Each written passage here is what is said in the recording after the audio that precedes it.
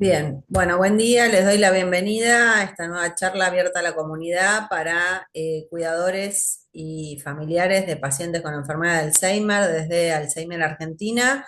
Yo soy Sandra Germani. Hoy vamos a hablar de estimulación cognitiva en la vida cotidiana. Justamente esta es una pauta súper importante a tener en cuenta porque con la estimulación cognitiva cotidiana en casa vamos a ayudar justamente a mantener las funciones cognitivas y a mejorar la calidad de vida no solo del paciente, sino de los cuidadores y de los familiares.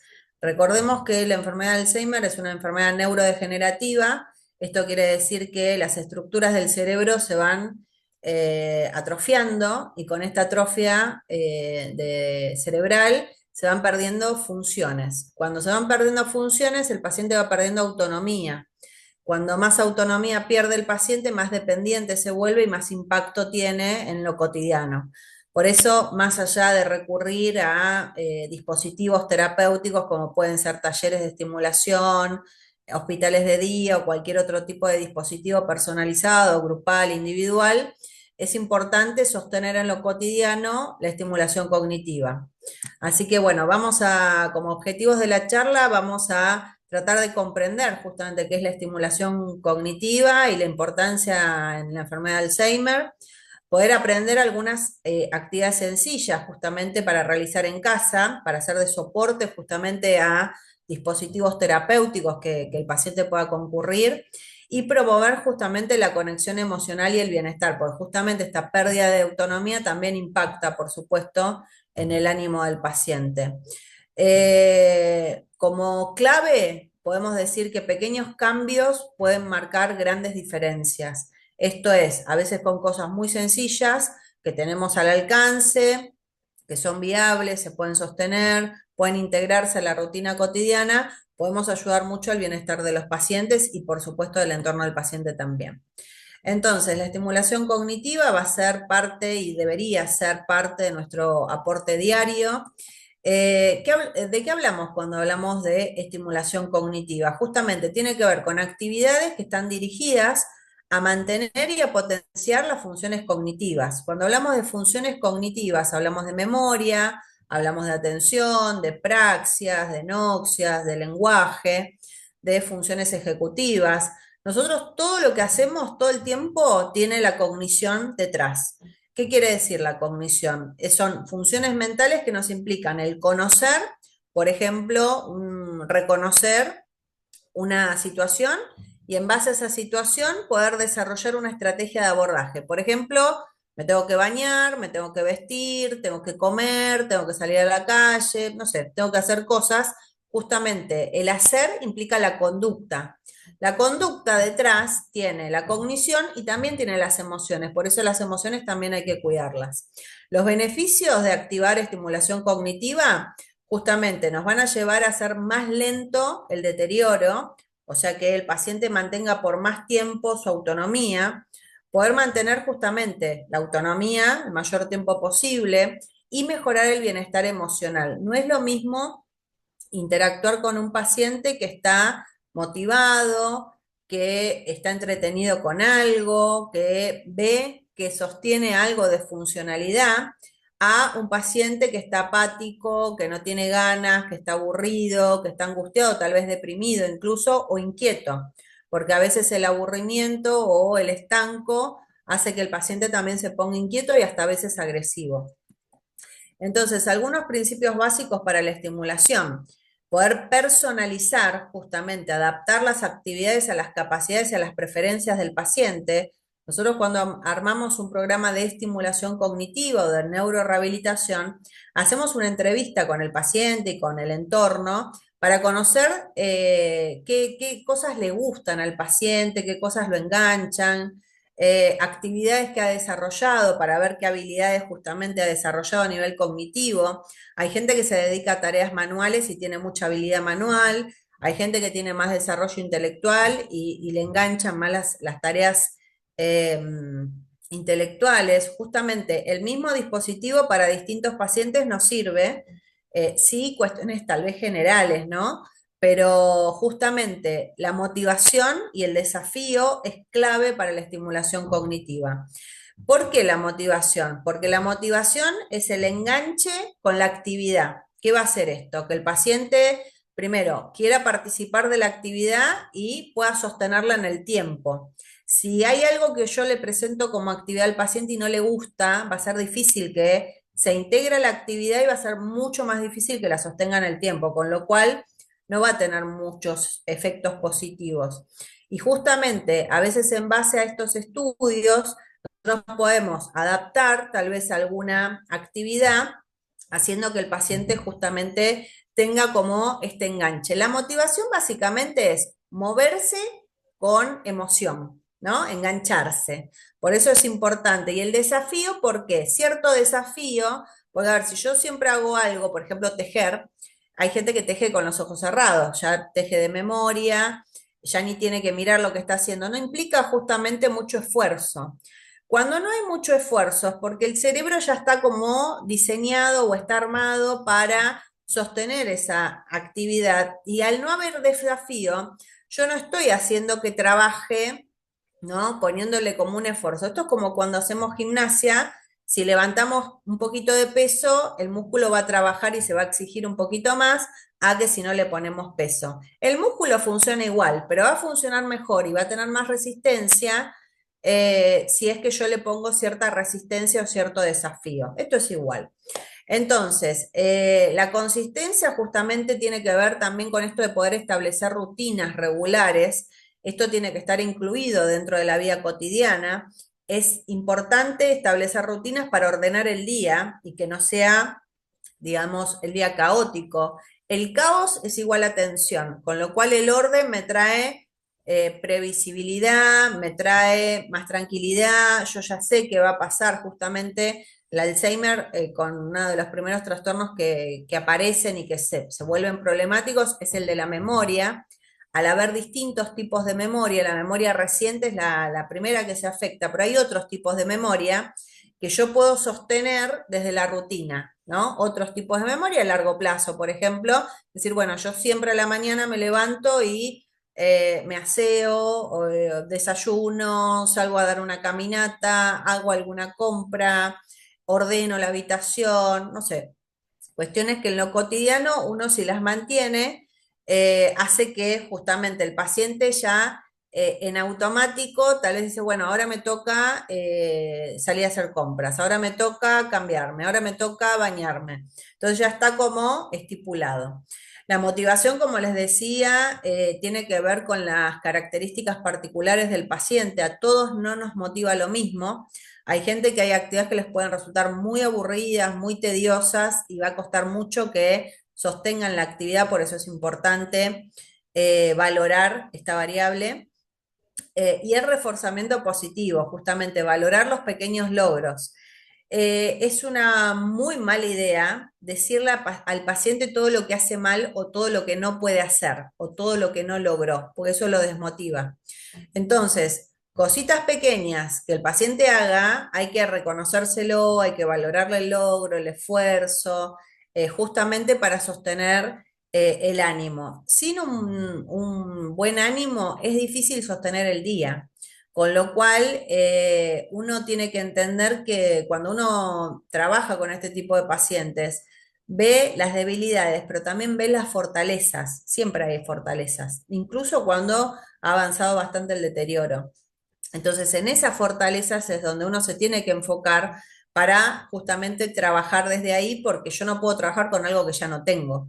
¿Sí? Si yo le pregunto al paciente qué hizo ayer, no me va a saber responder, no va a haber charla. Ahora, si yo le pregunto cuáles fueron las mejores vacaciones de su vida, tenemos una charla prolongada, ¿sí? Una interacción, una conexión con recuerdos, con toda una serie de cuestiones, porque esa memoria tempranamente está mantenida, se sostiene, ¿sí? Entonces, los dominios cognitivos, justamente vamos a hablar de dominios cognitivos con actividades específicas para cada función. ¿Qué son los dominios cognitivos? Justamente tienen que ver con las funciones específicas, por ejemplo, memoria es un dominio cognitivo, atención es un dominio cognitivo. Hay pacientes que a veces tienen más dificultad en algún dominio que en otro, por eso esos dominios que tal vez están más afectados, hay que tal vez trabajar sobre la sustitución, la compensación o incluso estrategias como para ir sosteniendo justamente el nivel de autonomía. Por ejemplo, si yo tengo que ir a hacer compras y llegué a la esquina y me olvidé de lo que tenía que comprar, me lo anoto. Entonces tengo un soporte que me sirve para sostener la funcionalidad, la autonomía. Si yo quiero ir al supermercado y no me acuerdo de lo que tengo que comprar, entonces dejo de ir al supermercado.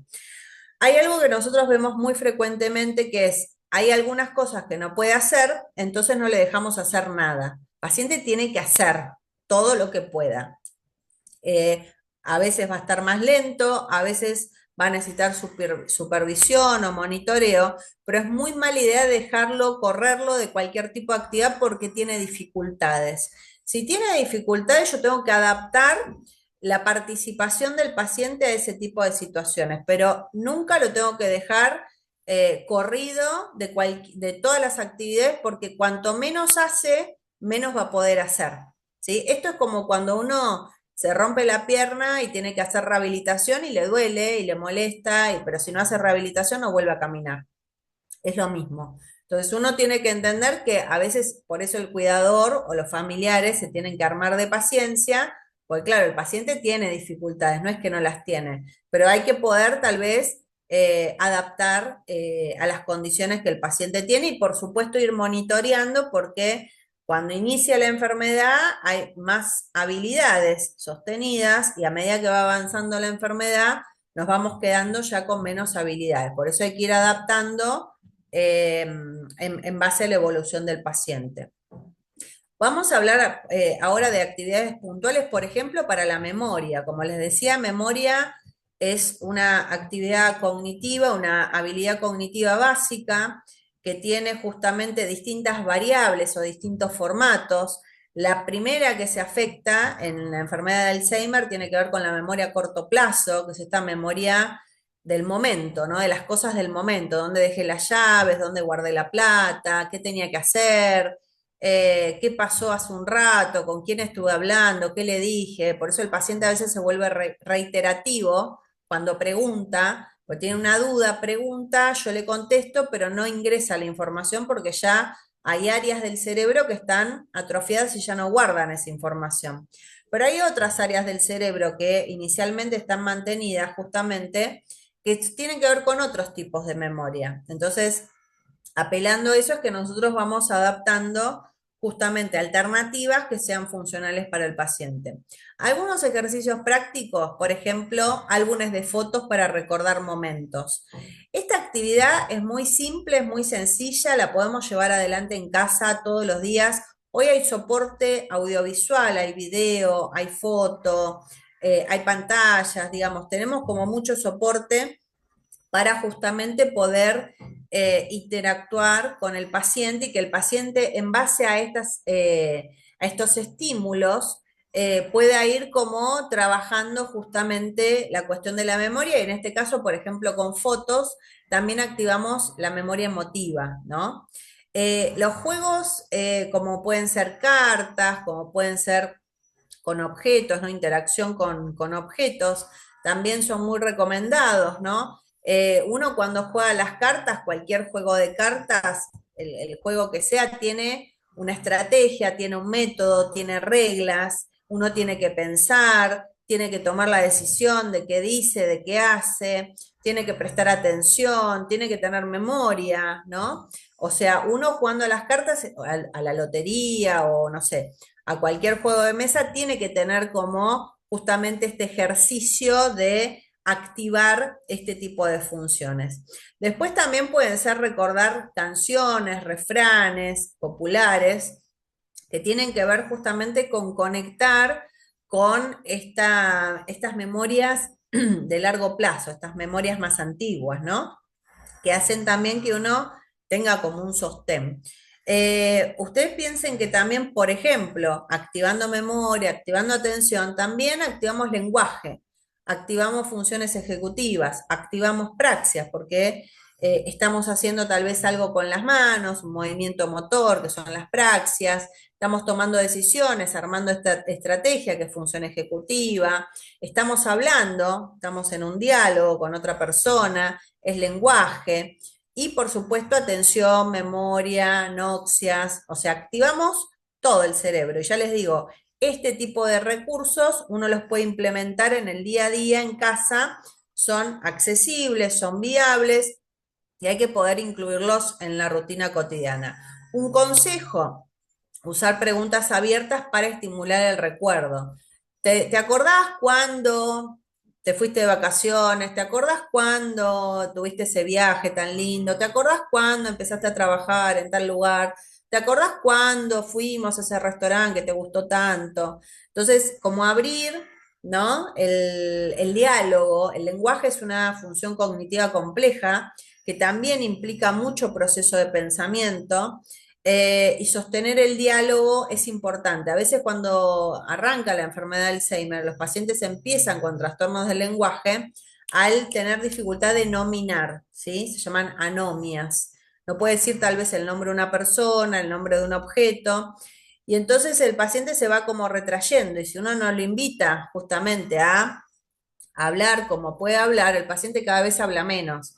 Cuando cada vez hace menos algo, cada vez le cuesta más hacerlo, ¿sí?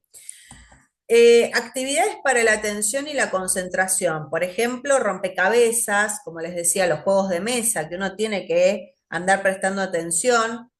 Si hay errores, hay que tratar de minimizar los errores y decir, no hay problema, lo hacemos de nuevo. Bueno, le recordamos tal vez la regla, la pauta. Bueno, vamos a tratar de hacerlo otra vez, ¿sí? Siempre alentándolo al paciente a que pueda sostener la actividad.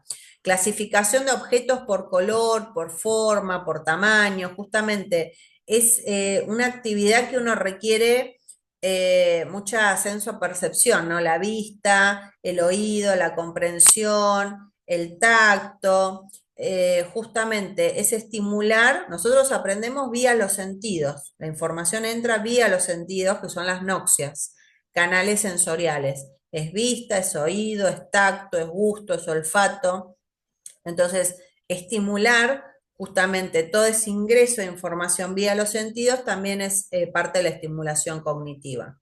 Tiene que ser una duración corta de las actividades. No le podemos proponer a estos pacientes actividades que se extiendan por más de media hora, 45 minutos, porque justamente empieza a declinar, normalmente a todos nos empieza a declinar la atención. Entonces, no se puede sostener la atención por mucho más tiempo que eso, ya empezamos justamente a sentir la fatiga y desde la fatiga tal vez empezamos a cometer errores o a desengancharnos a veces de la actividad, con lo cual ya no tiene mucho sentido.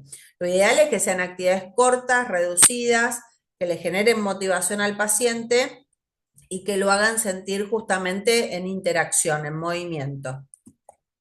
Actividades para el lenguaje.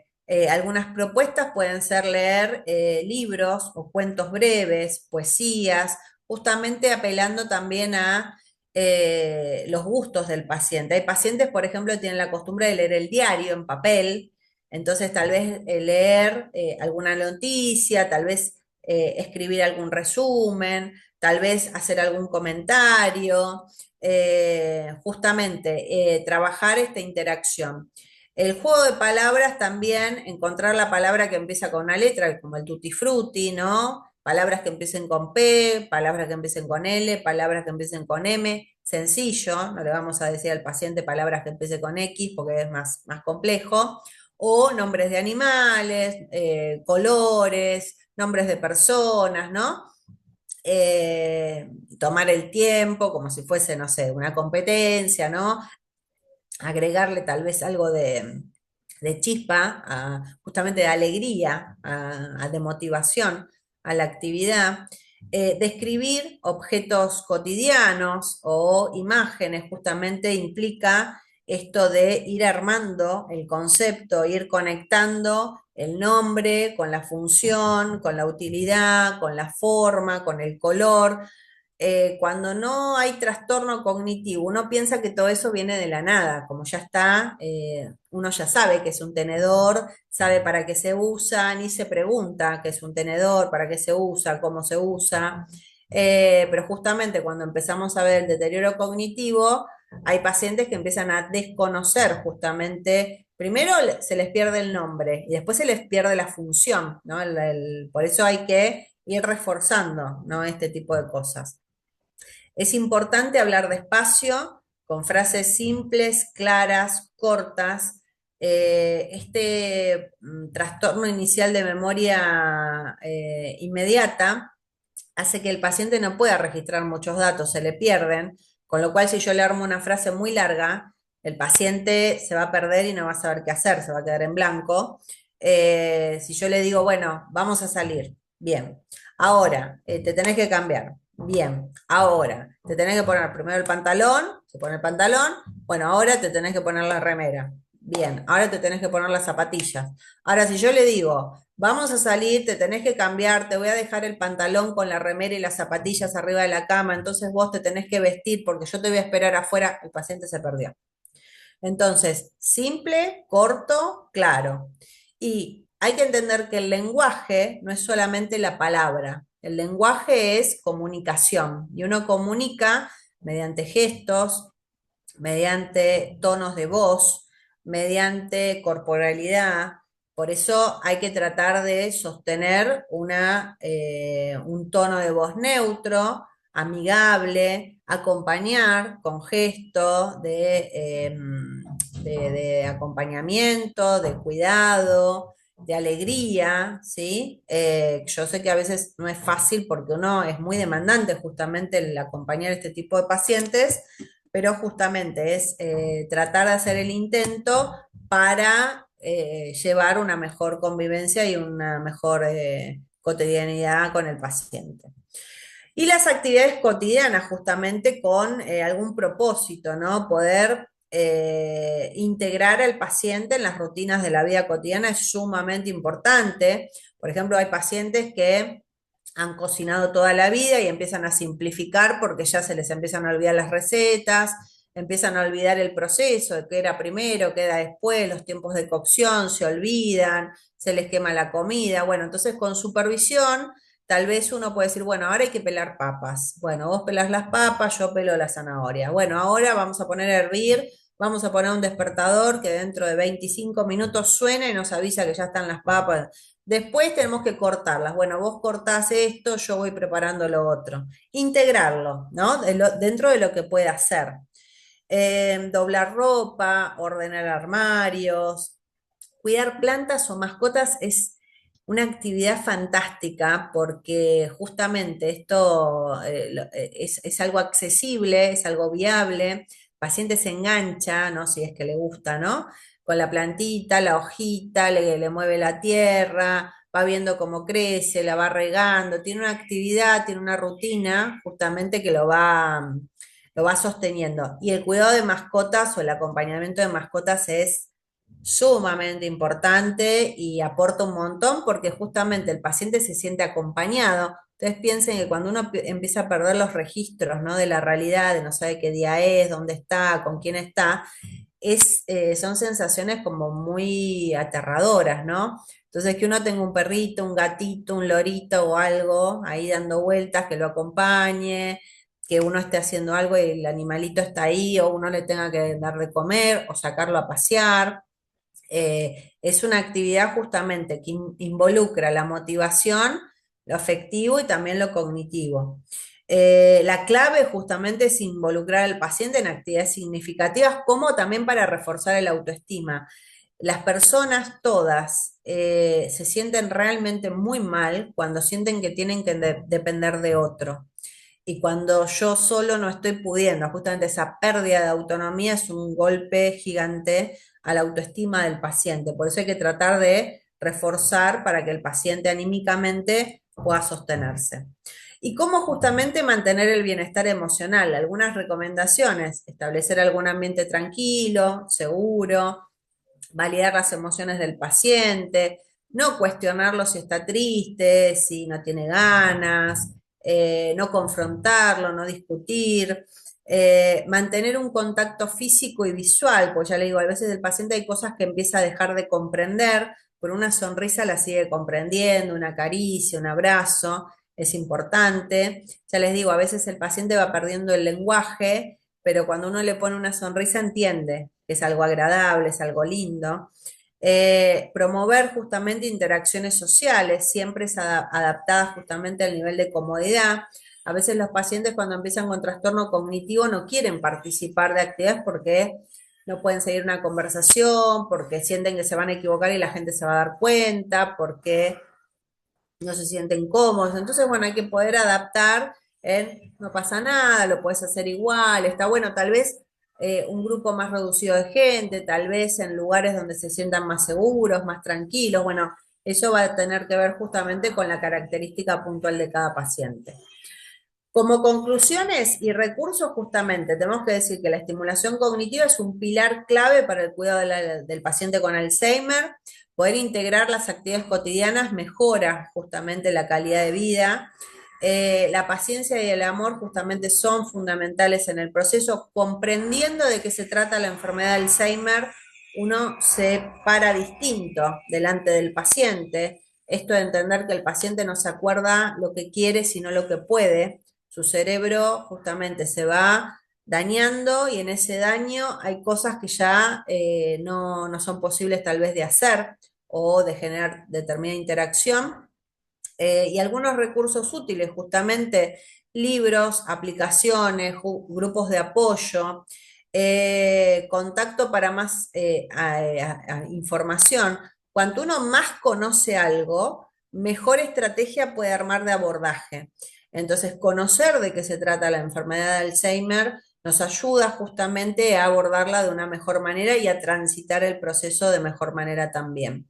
Les agradezco mucho, estamos a disposición y justamente desde Alzheimer Argentina seguimos brindando charlas abiertas y gratuitas para la comunidad, en donde justamente la intención es acercarnos, compartir, conocer y en base a esto acompañarlos en la rutina cotidiana con los pacientes con enfermedad de Alzheimer. Muchas gracias.